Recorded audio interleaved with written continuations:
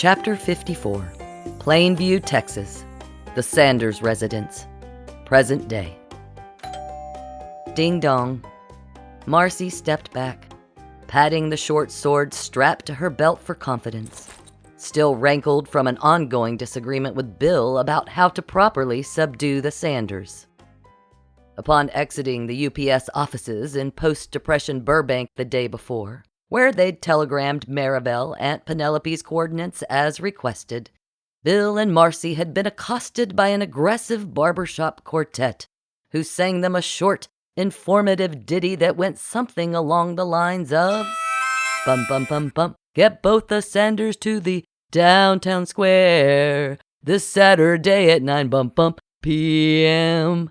Make sure you tie up all the bum loose ends, bum bum bum bum, and wait for us to make amends, da-dum, and bring the clocks." After a brief, vicious argument, the Finkles decided to divide and conquer, to each his own. The loser of the coin toss, Bill, getting Jim. Marci's solution involved a sword, her pirate know-how, and propofol, which was shockingly easy to obtain at the Burbank pharmacy. The Sanders' front door slowly creaked open to a shocked Alice. "I brought milk," Marci smiled, holding up a quart of milk, pushing past Alice to step inside. "I hope you have cookies." Noting Marci's costume, Alice rolled her eyes, gently closing the front door behind her with a loud sigh. "Marci, you're back. Yay." "Yes, bitch, I'm back." Marci forced the sweating milk container into Alice's hands, her eyes narrowing. "And I go by Mad Marci Finkle now." "Is that so?"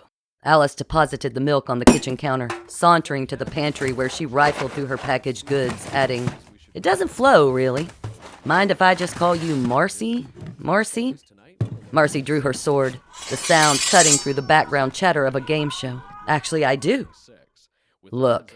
Alice stepped back from the open pantry, her eyes narrowing before she softened her expression and changed her tone. "About what happened the other day, I want to apologize for what I did."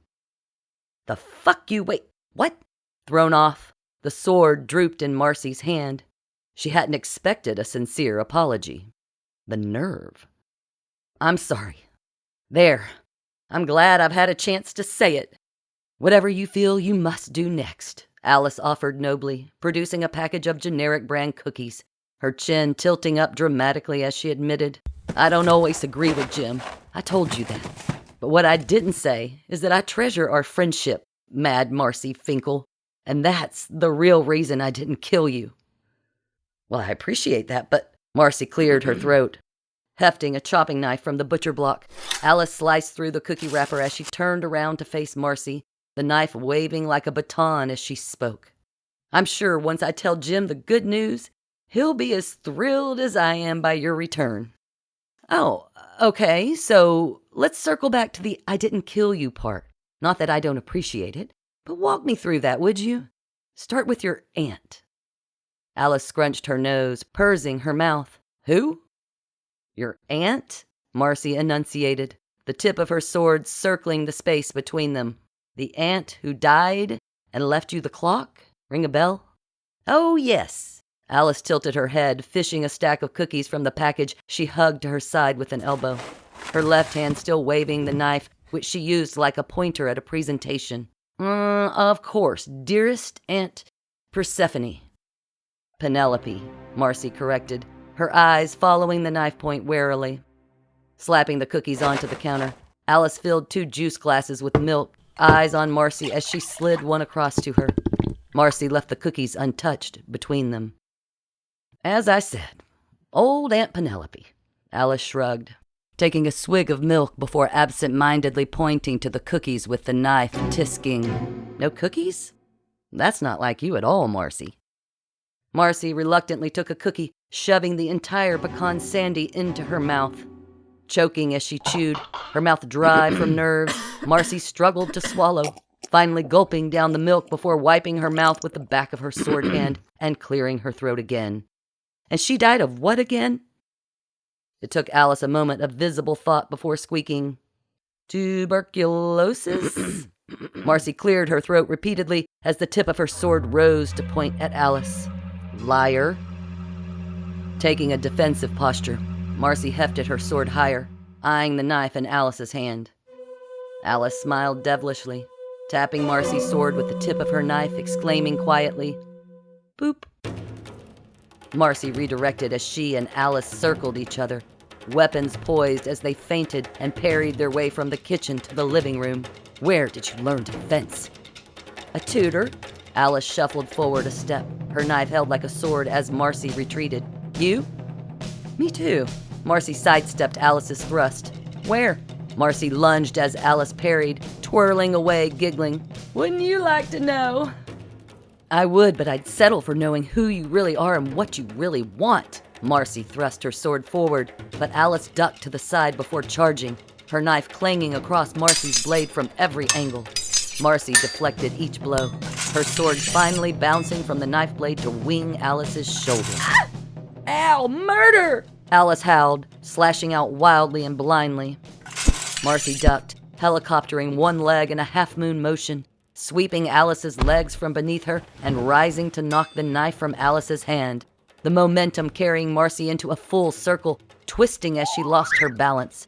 Her sword flew from her hand into a graceful arc over Alice's left shoulder, embedding itself into the arm of the couch behind them with a muffled boing. Panting, Alice rolled to her feet, doubled over to catch her breath, a hand up in surrender as she spoke. I don't know if I ever told you this, but years ago, Jim and I owned a small little antique shop here in Plainview, right on the square. Disarmed, Marci watched Alice suspiciously as she continued. And we did okay. But life was kind of boring. You know how it gets. And then one day, this customer came into the store and changed everything. Aunt Penelope? No. Alice stood straighter, explaining with a small smile. You see, the strangest thing happened when Jim said hello. The moment this customer opened his mouth to speak, he plumb disappeared. Poof, gone right in front of Jim's eyes. So now we have this mystery. This man who disappeared. Who was he? Where did he come from and where did he go? And then a couple of weeks after that, another person appeared. And they told us who that man was and what he wanted with us. Nothing good, it turns out. They told us about everything that was to come and how we should prepare. To save the world, Marci. And so here we are. But I guess we should really thank Bill, because if he hadn't come by that day, come to spy on us, well, then maybe that other person wouldn't have shown up either. And maybe none of this would have ever happened. Now would it? So Aunt Penelope came to you after Bill and told you that you'd save the world if you killed me and stole our clock? We aren't the bad guys here, Marci rationalized. It wasn't Aunt Penelope, you fuckwit. Alice balled her hands into fists and held them in a pugilist stance. It was Jim, chasing Bill. Jim from now, coming back to tell us how we would prevail against time and destiny to rule this world forever. Lofty. But has it ever occurred to you that your Jim could be lying? Marci taunted, swaying as a wave of dizziness washed over her, followed by a moment of confusion over said dizziness, before she remembered drinking the milk Alice offered in the kitchen when she choked on the cookie. The milk she'd infused with propofol. She noticed Alice wobbling too, her hands dropping limply to her sides. Enraged as paralysis began to take effect, Alice charged, throwing her body forward as Marci lurched aside, tripping Alice and sending her headfirst into the love seat, where she stayed in a Z, her face pressed into the decorative cushions, motionless. I'm sorry, Marci slurred, her knees buckling as Alice slid from the love seat and rolled over, kicking out but only grazing Marci's foot with her own. Marci threw a slow-motion, poorly aimed punch, merely brushing Alice's cheek with her palm before toppling into her nemesis's lap, her vision growing hazy. You will be, Alice murmured before beginning to snore. With that, The conclusion of the slowest, lamest fight in the history of man, outranking even the portly Vincent sisters' Christmas Eve blowout of '89, which took place in the shared bedroom of their Kansas City home under the bored gaze of their 8-year-old brother Kenny. When Marci came to, the Sanders house was quiet, the shadows of early evening closing in with the setting sun.